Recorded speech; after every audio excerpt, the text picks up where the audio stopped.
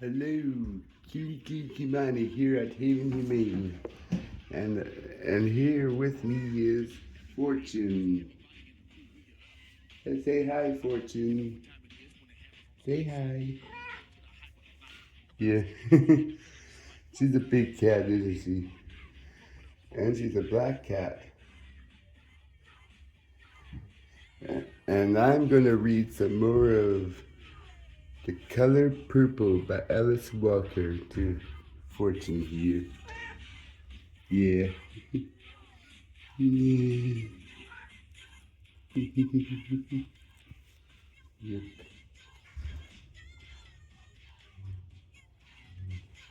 Let me set this right here so I can read to you. Come on. It's alright, 14.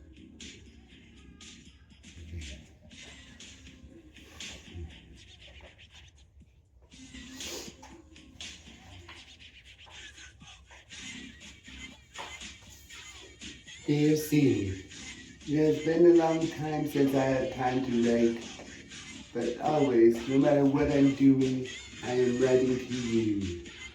Dear Seeley, I say in my head in the middle of vespers, the middle of the night, while cooking, dear Seeley, I imagine that you really do get my letters and that you are writing me back. Dear Nettie, this is what life is like for me. You're up at 5 o'clock for a light breakfast of millet and porridge and fruit and the morning classes. You teach the children English, reading, writing, history, geography, arithmetic, and the stories of the Bible. At 11 o'clock, we break for lunch and household duties. From 1 until 4, it is too hot to move, though some of the mothers sit behind their huts and sew. At 4 o'clock, we teach the older children, and at night we are available for adults. Some of the older children are used to coming to the mission school, but the smaller ones are not. Their mothers sometimes drag them here, screaming and kicking. They are all boys. Olivia is the only girl. Yolika do not believe girls should be educated. When I asked our mother why, she thought this. She said, "A girl is nothing to herself. Only to her husband can she become something." What can she become, I asked. "Why," she said, "the mother of his children." "I am not the mother of anybody's children," I said, "and I am something. I am something." "You are not much," she said, "the missionary's drudge. It is true that I work harder here than I ever dreamed I could work, and that I sweep out the school and tidy up after service. I don't feel like a drudge. I was surprised that this woman, whose Christian name is Catherine, saw me in this light. She has a little girl, Tashi, who plays with Olivia after school. Adam is the only boy who will speak to Olivia at school. They're not mean to her, it is just, what is it? Because she is where they are doing boys' things, they do not see her. But never fear, Seeley. Olivia has your stubbornness and clear-sightedness, and she is smarter than all of them, including Adam put together. "Why can't Tashi come to school?" she asked me. And I told her Diolinka don't believe in educating girls, she said, quick as a flash. "They're just like the white people at home who don't want colored people to learn." Oh, she's sharp, Seeley. At the end of the day, when Tashi can get away from all the chores her mother assigns her, she and Olivia secreted themselves in my hut, and everything Olivia has learned she shares with Tashi. To Olivia right now, Tashi alone is Africa. In Africa, she became beaming across the ocean hoping to find. Everything else is difficult for her. Music, for instance, for some reason all of her bites turn into deep runny sores. She has a lot of trouble sleeping at night because the noises from the forest frighten her. It is taking a long time for her to become used to the food, which is nourishing, but for the most part, it's differently prepared. The women of the village take turns cooking for us. Some are cleaner and more conscientious than others. Olivia gets sick from the food prepared by any of the chief's wives. Samuel thinks it may be the water they use, which comes from a separate spring that runs clear even in the dry season. The rest of us have no ill effects. It is as if Olivia fears the food from these wives because they all look so unhappy and work so hard. Whenever they see her, they talk about the day when she will become their little sister/wife. It is just a joke and they like her. But I wish they wouldn't say it. Even though they are unhappy and work like donkeys, they still think it is an honor to be the chief's wife. He walks around all day holding his belly up and talking and drinking palm wine with the healer. What did they say? I will be a wife of the chief? Asked Olivia. That is as high as they can think, I tell her. He is fat and shiny with huge perfect teeth. She thinks she has nightmares about him. You will grow up to be a strong Christian woman, I tell her. Someone who helps her people to advance. You will be a teacher or a nurse. You will travel. You will know many people greater than the chief. Little Tashi, she wants to get out. Yes, I tell her. Tashi too. Corinne said to me this morning, Nettie, to stop any kind of confusion in the minds of these people, I think we should call one another brother and sister all the time. Some of them can't seem to get it through their thick skulls that you are not Samuel's other wife. They don't like it, she said. Almost since the day we arrived, I've noticed a change in Corinne. She isn't sick. She works as hard as ever. She is still sweet and good-natured. But sometimes I sense her sprint is being tested, and something in her is not at rest. That's fine, I said. I'm glad you brought it up. And don't let the children call you Mama Nettie, she said, even in play. This bothered me a little, but I didn't say anything. Children do call me Mama Nettie, sometimes because I do a good bit of fuss over them. A good bit of, hello. Hi. There's kitty cat in here? Yep, there's Fortune. Fortune. She's a big one. This is, but please hold on, I'm filming. Oh. I'm reading to Fortune. And I'm not sure if the kid can. That's okay. Okay. Okay. Yeah, she's a big one, isn't she? Yeah. Yeah. See ya. So we're ready.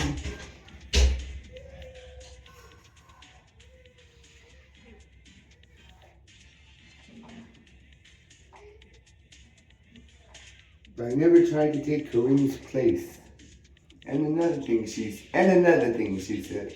I think we ought to try not to borrow each other's clothes. Sorry.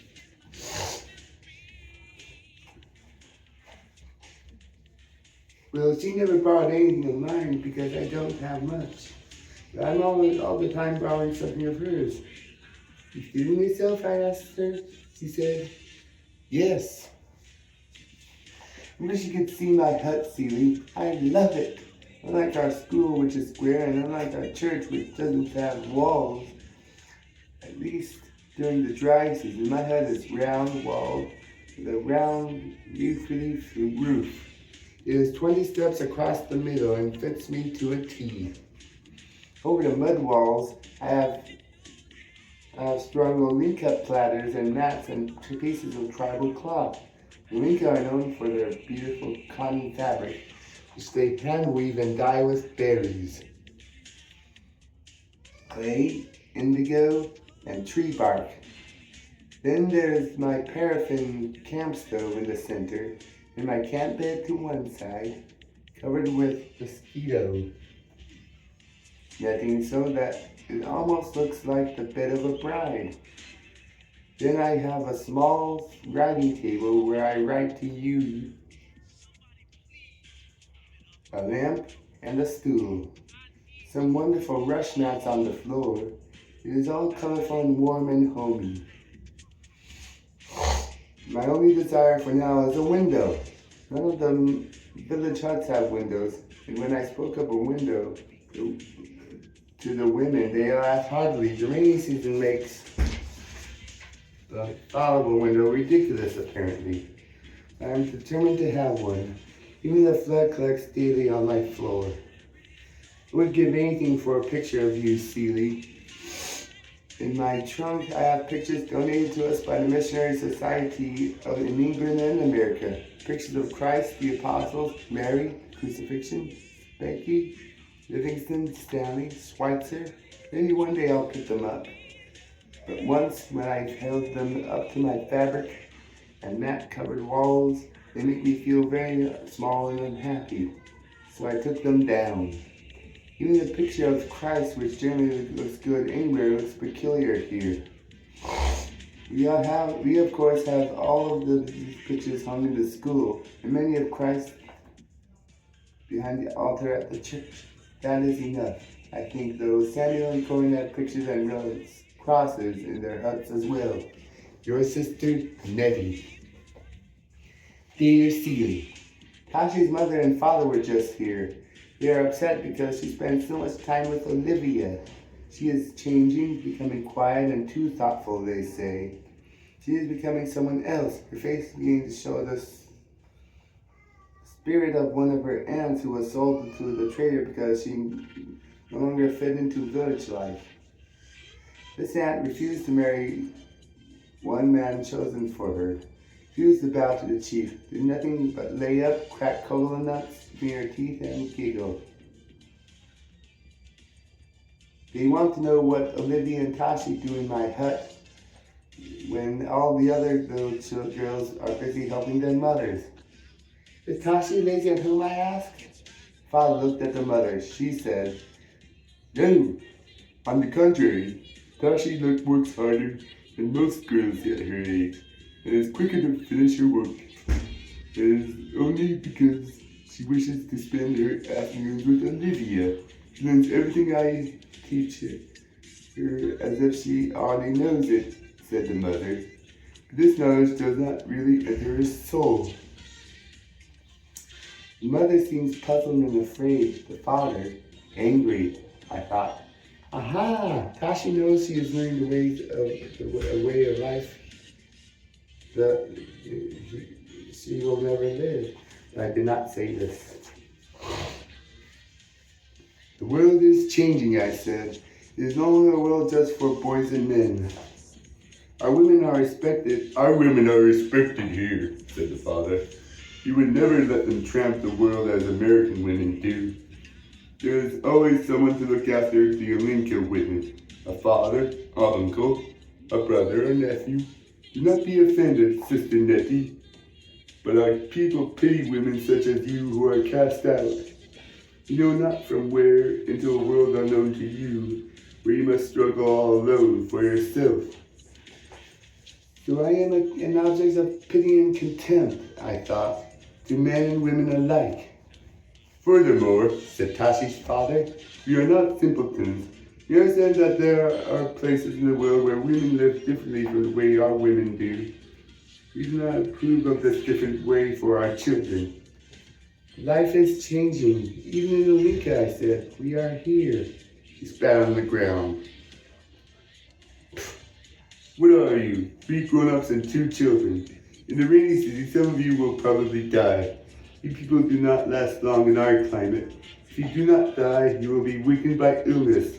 Oh yes, we have seen it all before. You Christians come here, try to change us, get sick, and go back to England, wherever you come from. Only the traders on the coast remains. Even he is not the same white man year in and year out. We know because we send in women. Tashi is very intelligent, I said. She could be a teacher, a nurse. She could help the people in the village.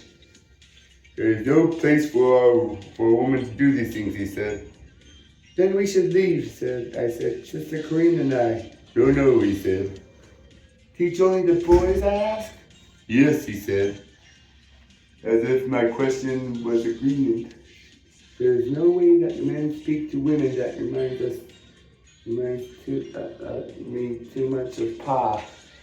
They listen just long enough to issue instructions. They do not even look at the women when women are speaking. They look at the ground and bend their heads toward the ground. Women also do not look in a man's face, as they say. To look in a man's face is a brazen thing to do. Look instead at his feet or his knees. What can I say to this? Again, it is our own behavior around Pa.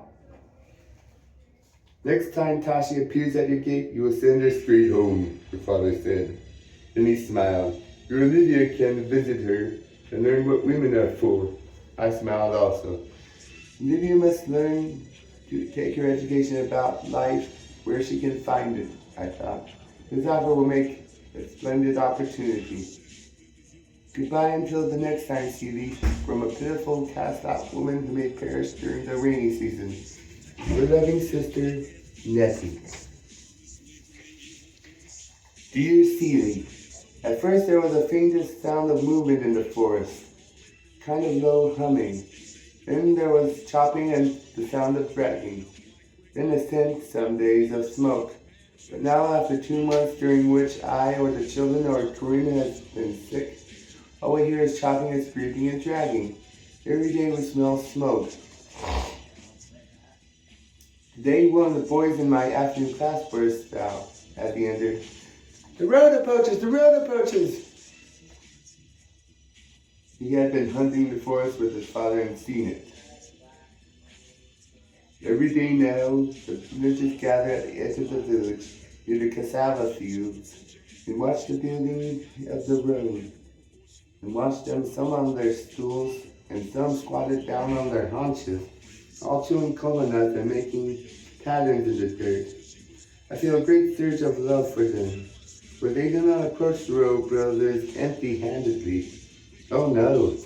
Each day since they saw the roads approach, they have been stuffing the road bills with goat meat, nut mush, baked yam, and cassava, cola nuts, and palm wine. Every day is like a picnic. I believe many friendships have been made. Although the road bills are from a different tribe, some distance to the north and nearer the coast, the language is somewhat different. I don't understand it, although anyway, though the people of Inca seem to, but they are clever people about most things and understand few things very quickly. It's hard to believe we've been here 5 years. Time moves slowly, but passes quickly. Adam and Olivia are nearly as tall as me and doing very well in their studies. Adam has a special aptitude for figures, and it worries Samuel that soon we will have nothing more to teach him in this field, having exhausted his own knowledge. When we were in England, we met missionaries who sent their children back home, and it was no longer possible to teach them in the bush.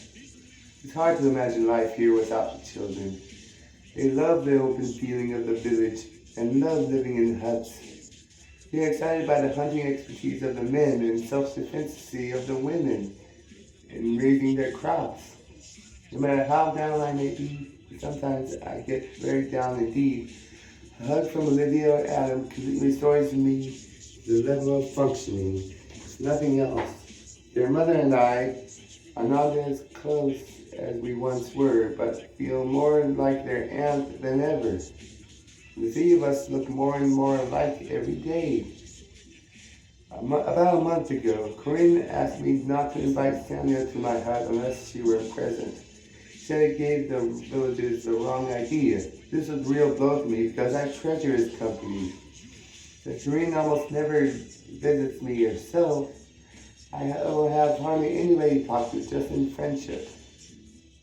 But the children still come and sometimes spend the nights when their parents want to be alone.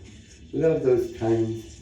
We roast groundnuts on my stove, sit on the floor and study maps of all the countries in the world. Sometimes Tashi comes over, tells stories that are popular among the Olinka children. I am encouraging her and Olivia to write them down in Olinka and English. It will be a good practice for them. Olivia feels, compared to Tashi, she has no good stories to tell.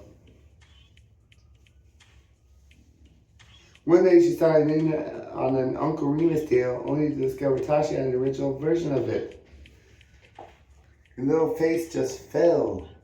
Then we got into a discussion of how Tashi people's stories got to America, which fascinated Tashi. She cried when Olivia told her her grandmother had been treated as a slave.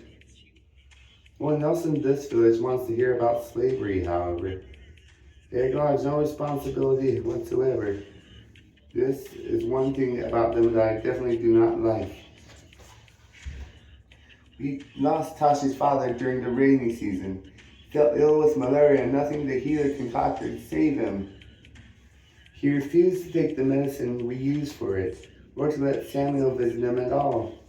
It was my first Olinka funeral.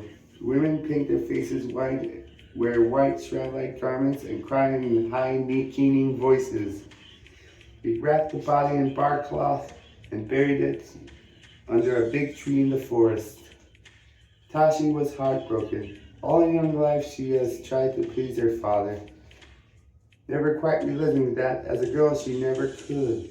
But the death brought her and her mother closer together. Now Catherine feels like one of us. But by one of us, I mean me and the children, sometimes Samuel. She's still in mourning and sticking close to her hut, but she says she will not marry again. Since she already has 5 boyfriends, she can now do whatever she wants. She has to become an honorary man. When I went to visit her, she made it very clear that Tashi must continue to learn. She is the most industrious of all Tashi's father's widows, and her fields are praised for their cleanliness, productivity, and general attractiveness. Perhaps I can help her with her work. It is in work that the women get to know and care about each other. It is through work that Catherine became friends with her husband's other wives. This friendship among women is something Samuel often talks about, because the women share a husband, but the husband does not share their friendships. It makes Samuel uneasy. It is confusing, I suppose, and it is Samuel's duty as a Christian minister to preach the Bible's directive of one husband and one wife. Samuel is confused, but because to him, says the women are friends and will do anything for one another. Not always, but more often than anyone from America would expect. Since they giggle and gossip and nurse each other's children, you must be happy with things as they are. But many of the women rarely spend time with their husbands. Some of them were promised old or middle-aged men at birth. Their lives always center around work and their children and other women, since a woman cannot really have a man for a friend without the worst kind of ostracism and gossip.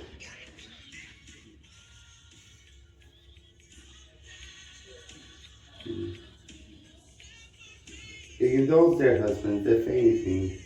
You could just see how they make an admiration over them. Praise their smallest accomplishments, stuff them with palm wine and sweets. No wonder men are often childish. And a grown child is a dangerous thing, especially since among the Olinka, the husband has life and death power over the wife. If he accuses one of his wives of witchcraft or infidelity, she can be killed. Thank God, and sometimes Samuel's intervention, this has not happened since we've been here. But the stories Tashi tells are often about some such gruesome events that happened in the recent past. And God forbid that the child of a favorite wife should fall ill. That is the point at which even the women's friendship breaks down, as each woman fears the accusation of sorcery from the other, or from the husband. Merry Christmas to you and yours, dear Seeley. We celebrated here on the dark continent with prayer and song and a large picnic complete with watermelon, fresh fruit, punch, and barbecue. God bless you, Nettie. Dearest Celie, meant to write you in time for Easter, but it was not a good time for me, and I did not want to burden you with any distressing news. So a whole year has gone by. First thing I should tell you is the road. The road finally reached the cassava fields about 9 months ago, and Yolinka, who loved nothing better than a celebration, outdid themselves preparing a feast for the road builders, who talked and laughed and cut their eyes at the Lincoln women the whole day. In the evening, many were invited into the village itself, and there was merrymaking far into the night. I think Africans are very much like the white people back home, in that they think they are the center of the universe and that everything that is done for them. I think they definitely hold this view, and so they naturally thought the road being built was for them. In fact, the road builders talked of how quickly Lincoln will now be able to get to the coast. Tarmac Road is only a 3-day journey by bicycle. It will be even less. Of course, no one in Lincoln owns a bicycle, but one of the road builders has one, and all the Lincoln men covered it and talk of someday purchasing their own.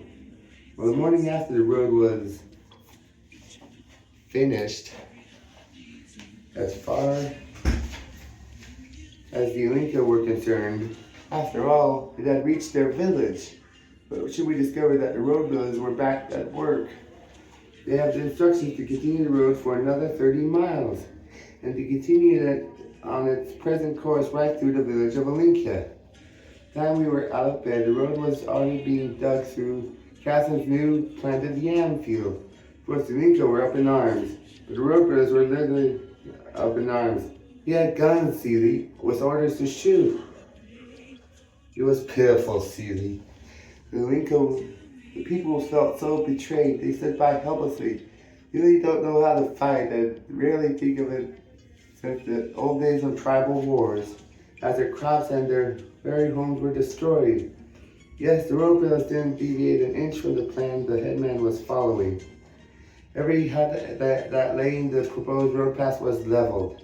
And Celie, our church, our school, my hut, all went down in a matter of hours.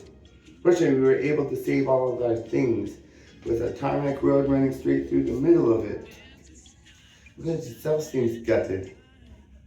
Immediately after understanding the road builder's intentions, the chief set off towards the coast, seeking explanations and reparations.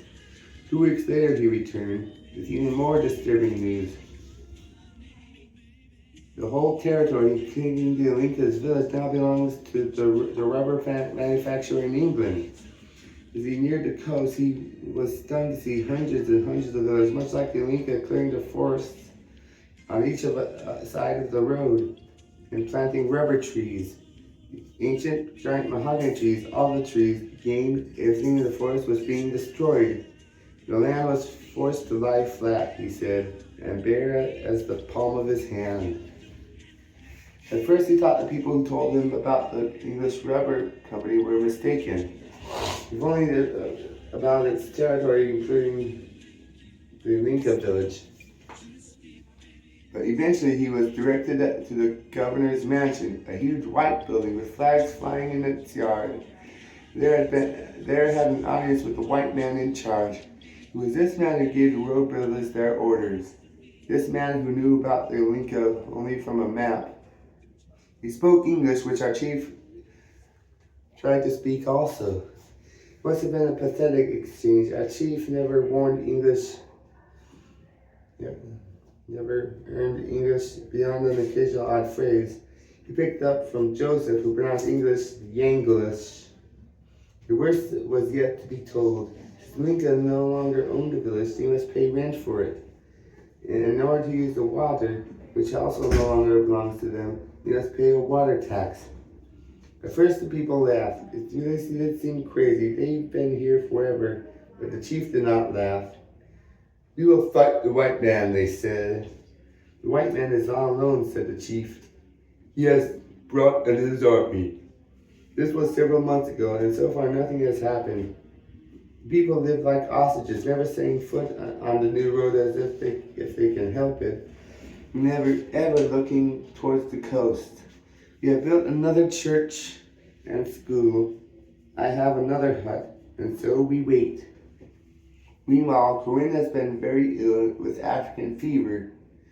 Many missionaries in the past have died from it. But the children are fine. The boys now accept Olivia and Tashi in class. More mothers are sending their daughters to school. The men do not like it. Who wants a wife who knows everything her husband knows? They fume. But the women have their ways, and they love their children, even their girls. I'll write more things when things start looking up. I trust God they will. Your sister, Nettie. Dearest Celie, this whole year after Easter has been difficult. Since Corinne's illness, all her work has fallen on me, and I must nurse her as well, which she resents. One day, when I was changing her as she lay in bed, she gave me a long, mean, somehow pitiful look. "Why do my children look like you?" she asked. "Do you really think they look like so much like me?" I said. "You could have spit them out," she said. "Maybe just living here, loving people makes them look like you," I said. "You know how much some old married people look like? Even these women saw the resemblance the first day we came," she said. "What's worried you all this time?" I tried to laugh it off, but she just looked at me.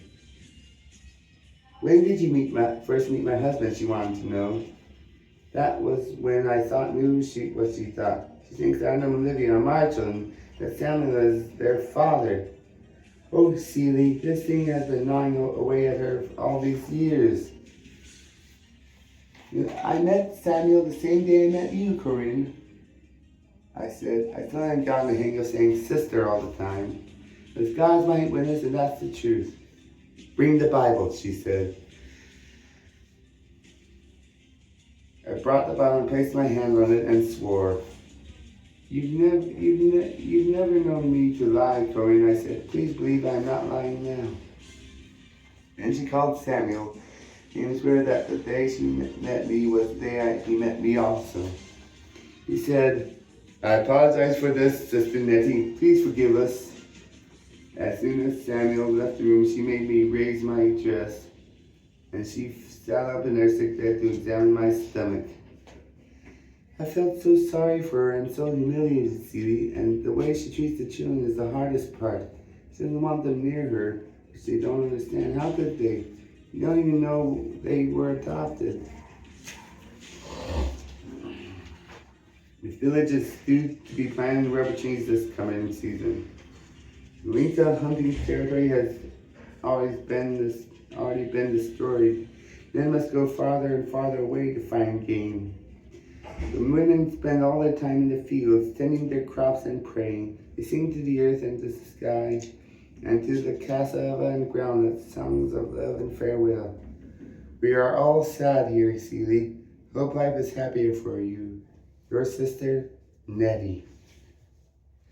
Dear Celie, guess what? Samuel thought the children were mine too. That is why he urged me to come to Africa with them. And when they showed up at their house, he thought I was following my children. And soft-hearted as he is, didn't have the heart to turn me away.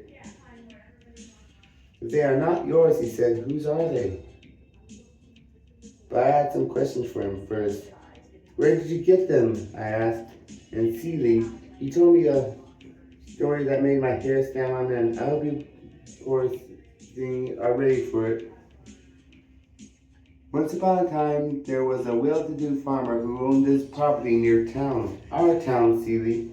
He did so well farming and everything, he turned his hand to prosper. He decided to open a store and try his luck selling dry goods as well. Well, the store did so well that he talked two of his brothers into helping him run it. And as the months went by, they were doing better and better. Then the white merchants began to get together and complained that this store was taking all the black businesses away from them. And the man's blacksmith shop that he set up behind the store was taking some of the white.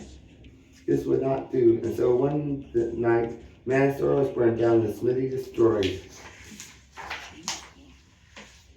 And the man and his two brothers dragged out of their homes in the middle of the night, and hanged.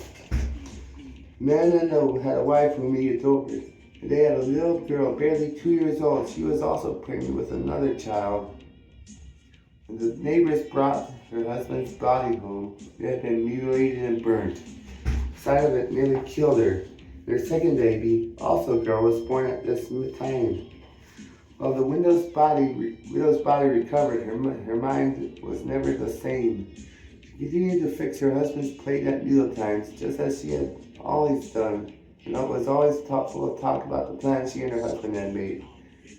Neighbors, though not always intending to, shunned her more and more, probably because the plans she talked about were grander than anything that they could conceive for colored people, and partly because her attachment to the past was so pitiful. She was a good-looking woman, though, and still owned land, but there was no one to work it for her. She didn't know how herself, because she kept waiting for her husband to finish the meal she cooked for him and go to the fields himself. Soon there was nothing to eat that the neighbors did not bring, and she and her small children grubbed around in the yard as best they could. While the second child was still a baby, a stranger appeared in the community and lavished all his attention on the widow and her children. A short while they were married.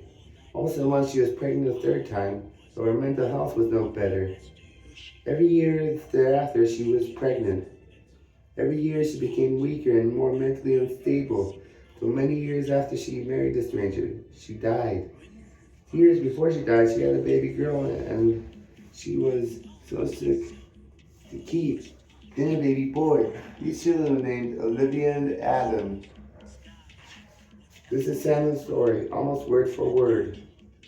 The stranger who married the widow was someone Samuel had run with long before he found Christ. The man showed up at Samuel's house with first Olivia and then Adam. Samuel felt not only unable to refuse the children, but as if God had answered his and Corinne's prayers. He never told Corinne about the man or about the children's mother, because he hadn't wanted any sadness to cloud her happiness. Then, out of nowhere, I appeared. He put two and two together, remembering that his old running buddy had always been a scamp. He took me in without any questions, which, to tell the truth, had always puzzled me. But I put it down into Christian charity. Corinne had asked me once whether I was running away from home, but I explained I was a big girl now. My family back home was very large and poor, and it was time for me to get out and earn my own living. Tears had soaked my blouse when Samuel finished telling me all this. I couldn't begin then to tell him the truth, but Nettie, I can tell you, I pray with all my heart that you will find this letter as none of the others. Pa is not our pa. Your devoted sister, Nettie. Be good. That's it, says Sir. Pack your stuff. You're coming back to Tennessee with me. But I feel dazed. My daddy lynched, my mama crazy, my little half-brothers and sisters no kin to me. My children not my sister, mother, and pa. Pa not pa. You must sleep. Dear Nettie, for the first time in life I wanted to see Pa. So me and Shug dressed up in our new blue flower pants that matched and in big floppy Easter hats that matched too. Except her rose is red and mine yellow, and us climb in the Packard and glide over there. But they put in paved roads all up and down the country now, and 20 miles go like nothing. I saw Pa once since I left home. One day, me and Mister was loading up the wagon at the feed store. Pa was with May Glenn, and she was trying to fix her stocking. She was bent down over her leg, twisting the stocking into a knot above her knee. He was standing over her, tapping on the gravel with his cane. Looked like he was thinking about hitting her with it. Mister went up to him all friendly, with his hand that stuck out. I kept loading the wagon and looking at the patterns on the sacks. I never thought I'd ever want to see him again. Well, it was a bright, spring day, sort of chill at first, like be around Easter.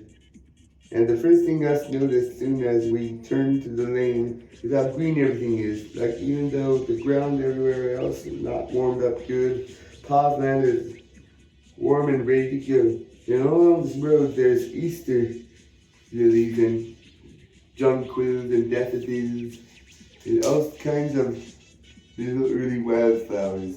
And as us notice all the birds singing their little cans off all up and down the hedge. That itself is putting our little yellow flowers smell like Virginia creeper. All so different from the rest of the country us drive through, make us real quiet.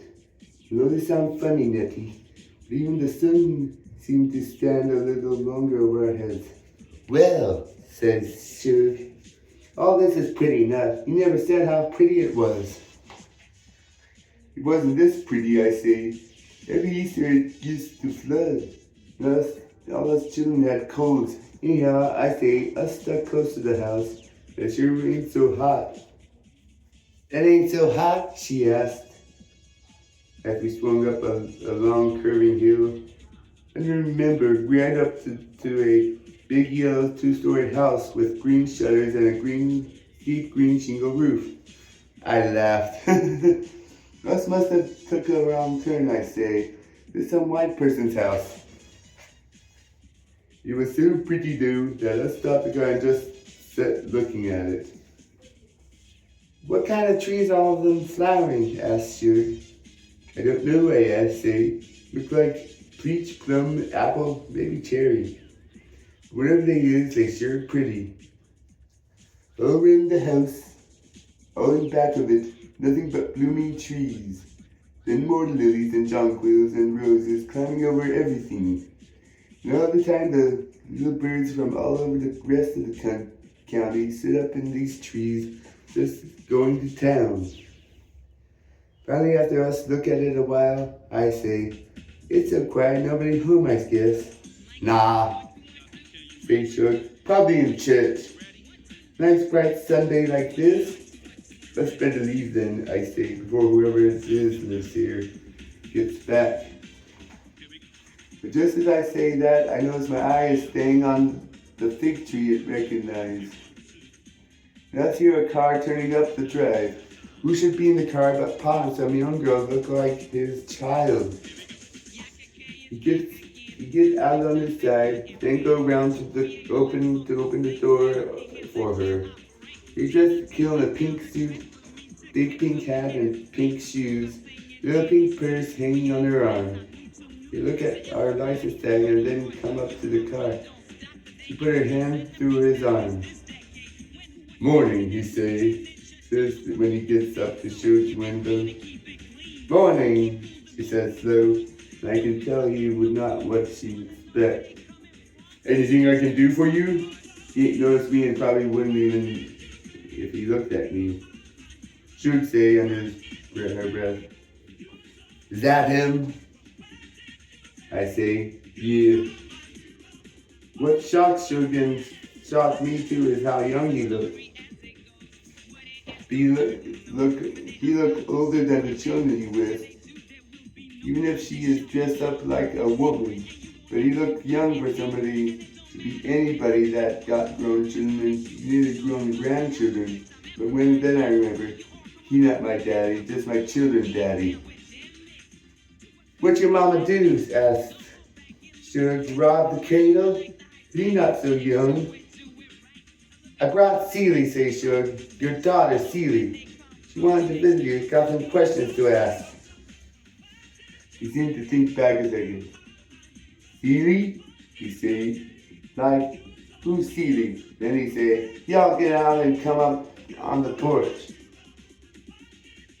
Daisy, he said to the little woman with him, go tell Hetty to fold dinner.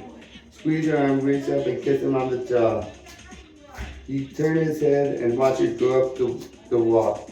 Up the steps and through the front door. He followed up the steps up on the porch. He'll just pull up the ruggages and say, now what do y'all want? The children here, I asked. What children? He said. Then he laughed. Oh, they gone with their mama. She up and left me, you know. Went back to her folks. Yes, he said. You remember May Ellen. Why'd she leave, I asked. She's asking me. Got too old for me, I reckon. Then the little woman come back out and sit on the armrest of his chair. Talked to us and fondled her arm. This Daisy, he said, my new wife. Why, says Sugar, you look more than 15. I ain't, said Daisy. I'm surprised your people let you marry. She shrugged. Look at Pa. They work for him, she said. Live on his land. I'm her people now, he said. I feel so sick I almost gagged. Nettie in Africa, I said. A missionary, she wrote me that you ain't our real Pa. Well, he said, now you know.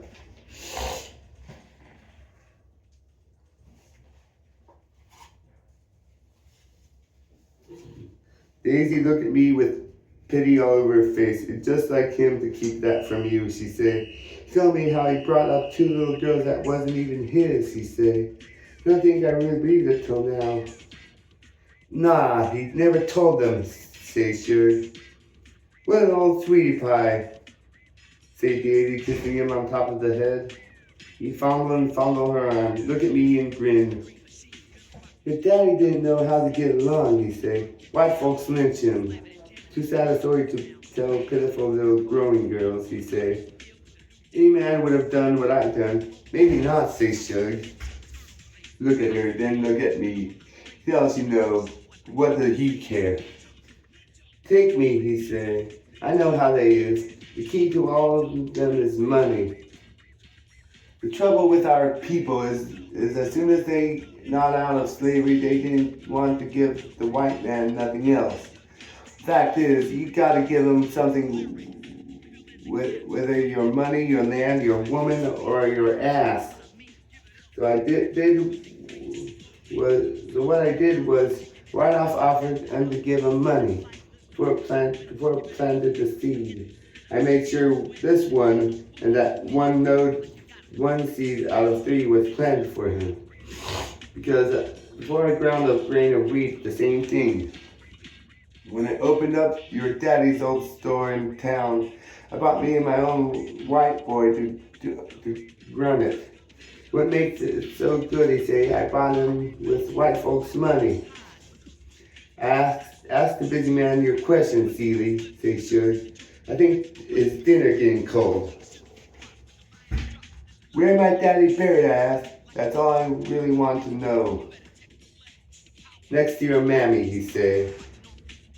Any marker, I asked? He looked at me like I'm crazy. Rich people don't get no marker. See, like there's something everybody knows. Mama got one, I asked? He say, nah. Birds seem just as sweet when us leave as when us home. They look like as soon as us turn back on the main road, they stop. Time us get to the cemetery, the sky gray. Us looking for Ma and Pa. Hope for some scrap of wood that say something. But us don't find nothing but weeds and cockleburrs and paper flowers fading on some of the graves. Sure pick up an old horseshoe somebody horseshoes. Us took that whole horseshoe and us turn round and round together until we feel dizzy enough to fall out. And where us would have still stuck the horseshoe in the ground, should say, us each other's people now, and kiss me.